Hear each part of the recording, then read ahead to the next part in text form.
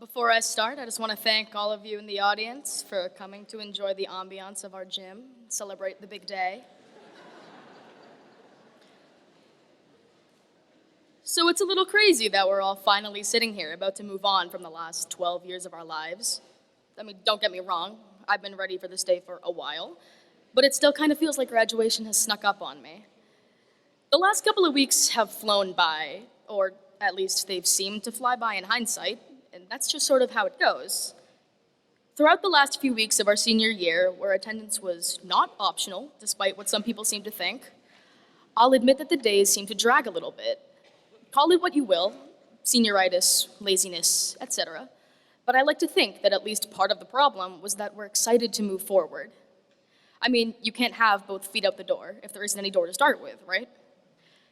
This week found me flipping through a Rolodex of possible themes for this speech.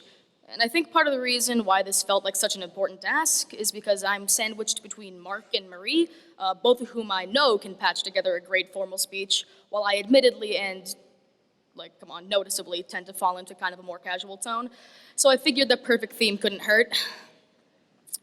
I looked for something that would figuratively tug on the old heartstrings and literally take less than 5 minutes to talk about, since I've gotten several desperate student requests to be short and sweet with this.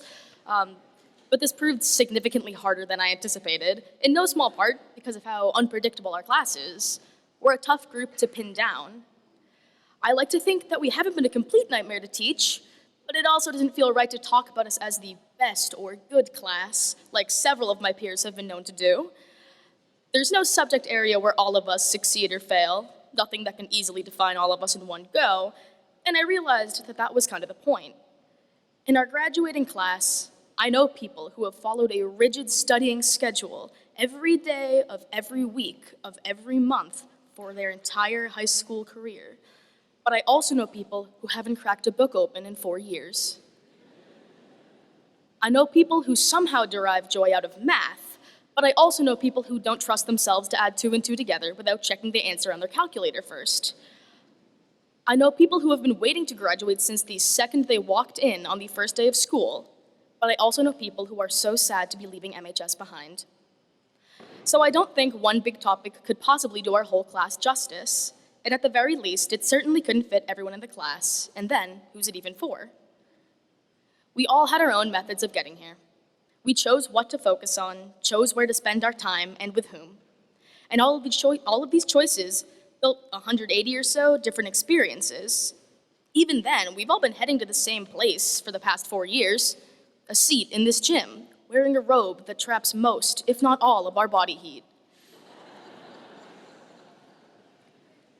From here, we're hopping off the tracks. If we found this many ways to get to the same destination, imagine all the methods we could cook up to achieve our visions of the future from this point forward.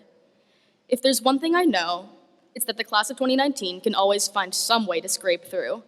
Whether we work within the limits of the system or outside of them, I have no doubt that we're going to change the world. Hopefully for the better, but, we'll take what we can get at this point. So to my fellow students, whether you're excited or sad or tired and hot and would rather be sleeping at home right now, you've got to give yourselves a pat on the back for getting here at all. So congratulations and best of luck to all of you moving forward.